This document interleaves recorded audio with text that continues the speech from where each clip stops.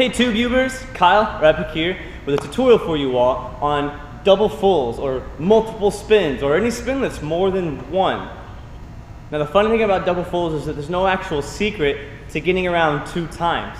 The setup is the same, the finish is the same, but once you actually go into your full motion, it really is just kind of one of those things where you just gotta hold on for that second rotation. Now there are calculations involved, but we'll get into that in a second. When you're working into your double fulls, work on your single fulls, but try to focus on getting a lot more height than you usually do, and you want to feel the amount of power that you take into going over and into your wrap, because you want to make sure that you have the control where you feel like you know you can go a lot harder and you can follow through a little bit more. That's when you know that you're starting to get ready to go into those double fulls, because you get that extra height in your single fulls and they get too easy for you and you're ready to step it up. The hardest part about double fulls is the calculation. So understanding how to do a single full, and you've drilled it enough and you get the feeling, you're like, okay, I think I'm ready for the double fulls now. What you're gonna focus on is when you're going up. When you come off into a normal full, you have a certain amount of oomph and power into it. You wanna basically intensify that. Now, how much you intensify that? You wanna go over 9,000. No matter what variation you're going into, whether it's a cork setup or like a full type setup, you wanna make sure that when you're going into it, you add a lot more oomph, and not so much how hard you stomp, but more so in how much you kick off the ground.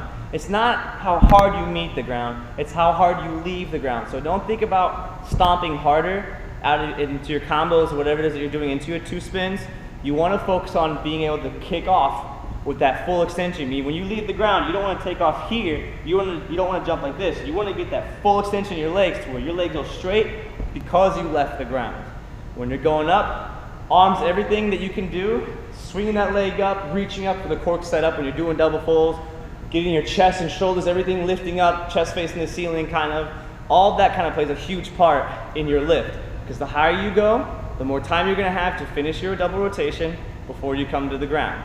The double rotations shouldn't be a simple bang. When your fulls get so easy, you only have to do just that much, because then you can snap the full. The double fulls should kind of be the exact same way, but it's not going to be just as easy as doing this anymore. It's going to go back to that whole thing where you got to follow through. The setup is going to be the same as a single full. The landing is going to be the same as a single full, but the actual variation, the act of spinning twice, literally is a matter of just holding on tight with your body straight as possible, because the straighter you are, the faster you'll spin, and the tightness, the tighter you are, well, the better it feels. How you transition from the height and the wrap is probably going to be the biggest factor, because it's that moment that sets you up for how many times you can spin and how fast you'll rotate as far as your actual flip rotation goes, and also how fast you spin while you're in the air. The double full isn't a 1 and 2 for each spin, it's a 1 motion, and that 1 motion pulls you around 2 times so long as you stay in that tight position. If you can spot the landing before you finish, that would be ideal, same as the full. If it's a matter of your timing, walk yourself through this motion here. Make sure you're not cheating it and going too early. Make sure you're not going here and leaning off to the side. Now granted, there are progressions for the double full. Some people would say to do a full where you finish your full right up in the air and then finish that extra half turn as you're coming around. Some people will do that, where just you add the extra 180 spin to where you do a 540-degree spin instead of just 360. Some people will use trampolines to help them get a lot more height, to help them finish their spin before they come down. All these tips, all these different progressions, there are a billion different ways that you guys can walk yourself through going into the double full. But when it comes down to actually doing it, it really is a matter of setting up the exact same way you usually do and landing the same way you usually do. It's just how you go into that spin. And you gotta work on staying straight, pulling around tight.